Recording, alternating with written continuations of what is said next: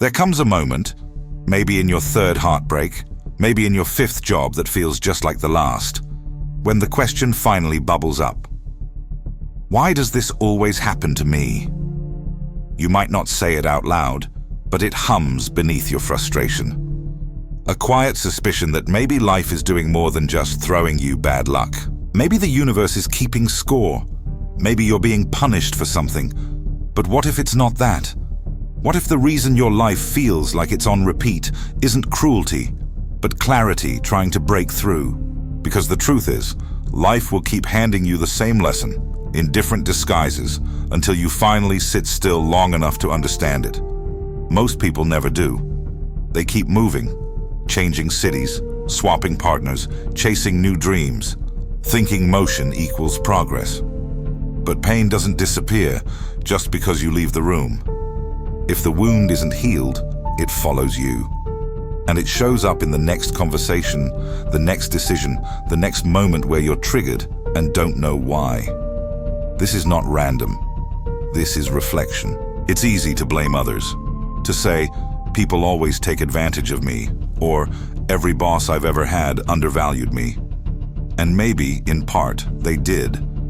But repeated pain is never just about other people. It's about you and what you're still unconsciously allowing, repeating, or ignoring. Patterns don't emerge to punish you. They emerge to reveal you, to shine a light on the things you've buried so deeply, even you forgot they were there. We are creatures of habit, not just in our behaviors, but in our emotions. We seek out the familiar, even when the familiar is what once broke us. Because healing requires change, and change demands courage. Sometimes, we'd rather suffer in the known than risk the unknown. So we tell ourselves stories. It's just bad timing, or next time will be different. But unless you are different, it won't be. Here's the hardest truth. Pain that isn't processed becomes part of your personality. You wear it like armor until it's no longer armor, it's identity. You stop being someone who experienced betrayal and you start being someone who expects it. And in that expectation, you unconsciously attract more of it. Not because you want to suffer, but because you don't yet know who you are without it. What if the reason you're stuck isn't because life is against you, but because life is trying to wake you up? What if the same pain keeps showing up because the lesson you were meant to learn is still trapped behind your defense mechanisms? Healing isn't just about feeling better.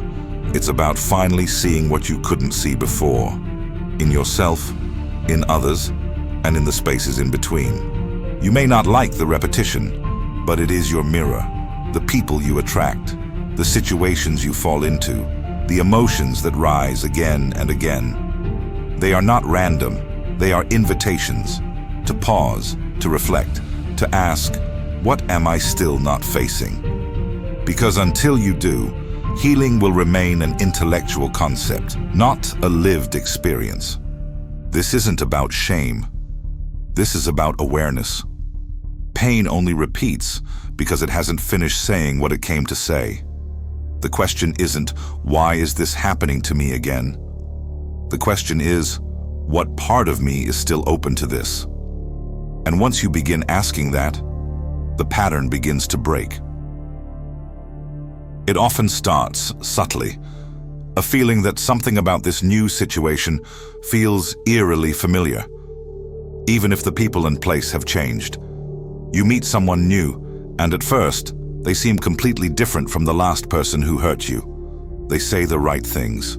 They make you feel seen, but weeks, maybe months later, you're back in the same emotional corner, overgiving, undervalued, misunderstood, and once again, you're left wondering how you got there. You think you're evolving. You tell yourself, this time will be different. But what if you're not evolving, just orbiting?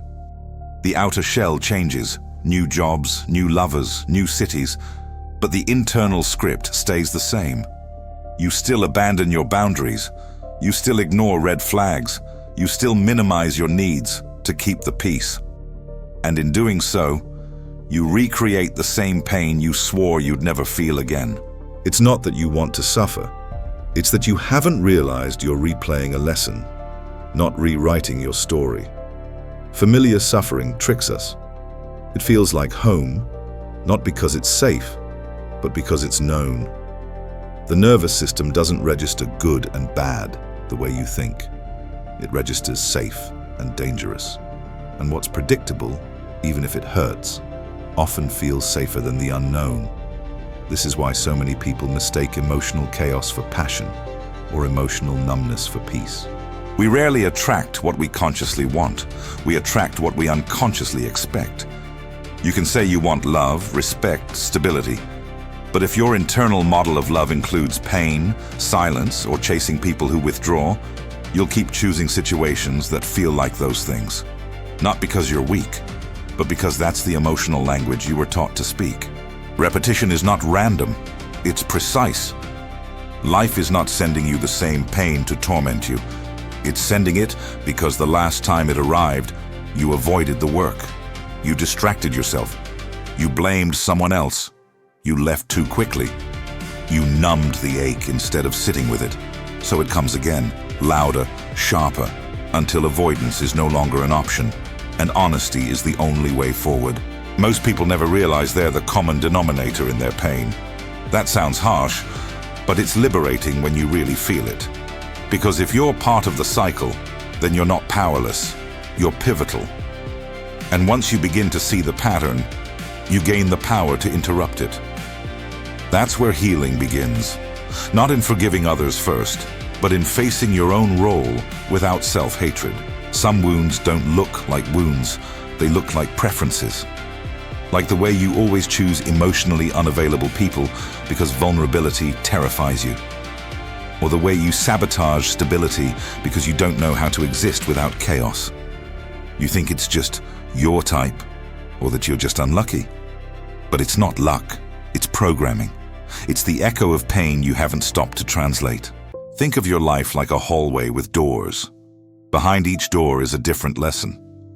But every time you start to feel the discomfort of one room, you run to another. The faces change, the conversations change, but the theme remains the same. Because the unfinished lesson travels with you. Healing doesn't come from switching rooms. It comes from staying inside long enough to hear what the silence is trying to say. There's a quiet grief that comes with realizing how much of your life has been on autopilot. When you start connecting the dots and see that every heartbreak was not a fluke, but a mirror, it hurts. It's easier to believe in bad luck. It's harder to accept that you've been the one making unconscious agreements with your own suffering. But that grief, that's the birthplace of awakening. Pain leaves breadcrumbs. It repeats certain emotions, certain sensations, certain moments. You can start to notice the way your body reacts to a tone of voice, the way your chest tightens when someone pulls away, the way your mind races to fix things the moment peace feels too quiet. Those breadcrumbs are invitations, not punishments. They're asking you to notice, to pause, to trace the origin. And tracing the origin almost always leads backward, to places you didn't think still lived in you. Maybe it was how your father shut down emotionally, and now you chase emotionally closed people. Maybe it was how your mother over-sacrificed, and now you feel guilty every time you say no. These are not just memories, they're emotional blueprints. And until you update them, they'll keep printing the same reality. Some people say you attract what you are. That's only half true. You attract what you haven't healed. That's why two people can walk into the same relationship, and one walks away wounded, while the other walks away wiser. The pain isn't always in the experience itself.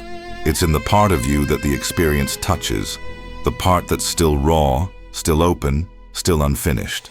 You'll know you've begun to break the loop when your reactions start changing, when silence doesn't scare you, when you pause instead of plead, when you choose yourself over being chosen. When you finally stop chasing people who remind you of what hurt you and start moving toward people who reflect how far you've come. That's how you know the lesson is being lived, not just learned. But until that happens, the loop continues. Not because you're failing, but because your soul is still asking the same question and you keep answering it with distraction instead of depth. Every repeated pain is a lesson left incomplete.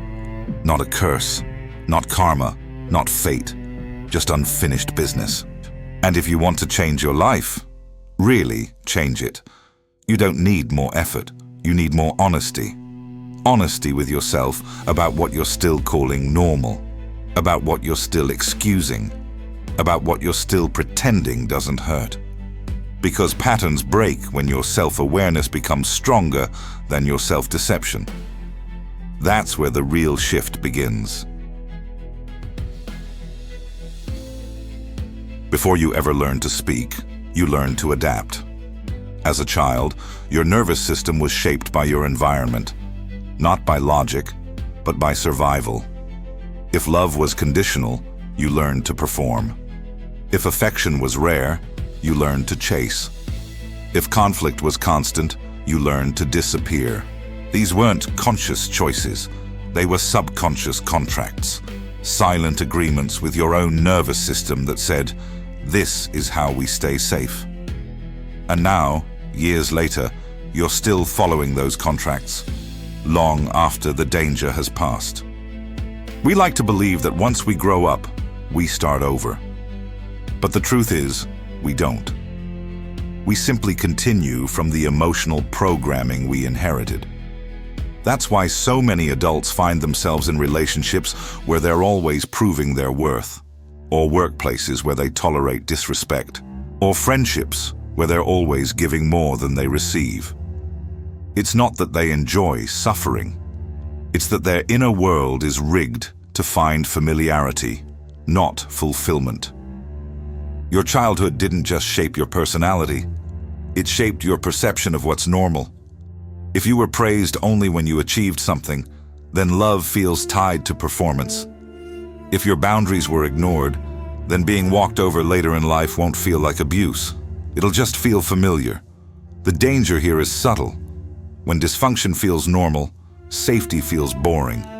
Or worse, threatening. These are the subconscious contracts, internal promises like, if I don't speak up, they won't leave me, or if I stay small, I'll stay safe. You didn't choose these consciously. They were formed through repeated emotional experiences. And now, they silently run your life. They decide who you're attracted to, what you tolerate, when you speak up, and when you silence yourself even when you're screaming inside. And the worst part, they hide behind personality traits. You say, "I'm just a people pleaser," or "I don't like conflict," or "I'm very independent." But what if you're not? What if those aren't traits, but trauma responses?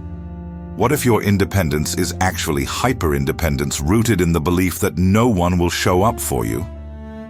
What if your kindness is really compliance? What if your silence is just the residue of not being heard?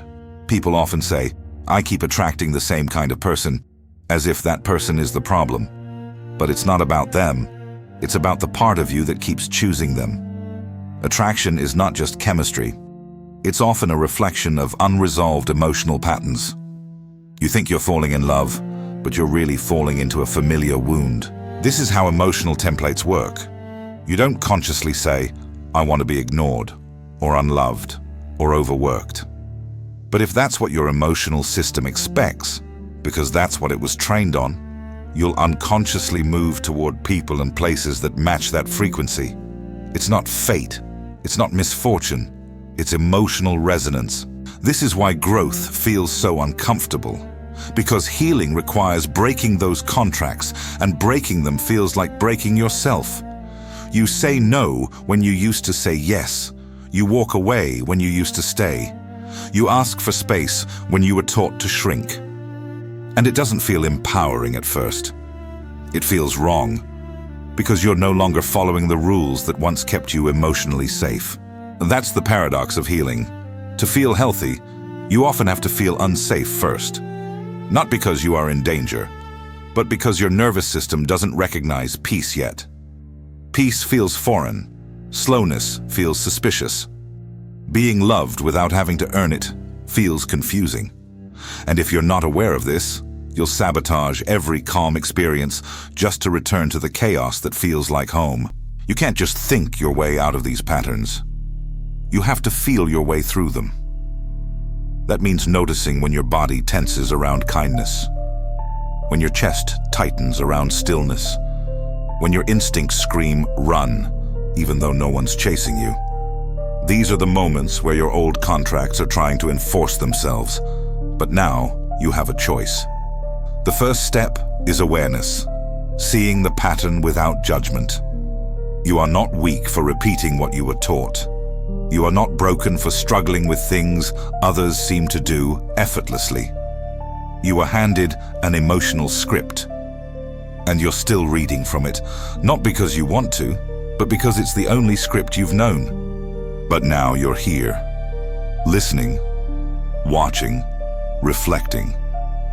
And that means a new draft is possible. You get to question the rules you were given. You get to ask, is this really who I am? Or is this who I became to survive? That's the moment everything begins to shift. Not when the pain ends, but when the pattern is finally visible. The goal isn't to shame your past self, it's to liberate your future one. You don't have to keep reenacting the same story just because you were cast in a role you never auditioned for.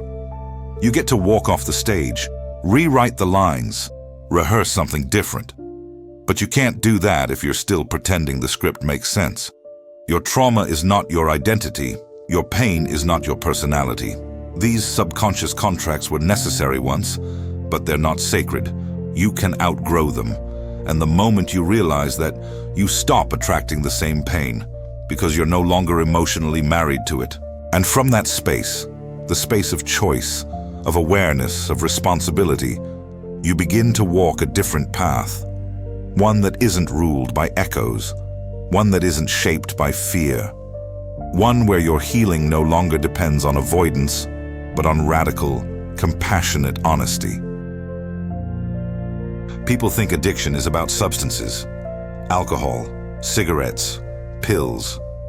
But the most common addiction today isn't chemical. It's emotional avoidance, the need to stay busy, the compulsion to be entertained, the reflex to scroll, to talk, to shop, to clean, to fix. Anything but feel, anything but sit still with the truth. That stillness might reveal that something inside you is screaming, and you've been drowning it in noise. Avoidance wears disguises, productivity, positivity, even healing. You can build an empire, read 50 self-help books, go to therapy every week, and still never look at the part of you that's bleeding.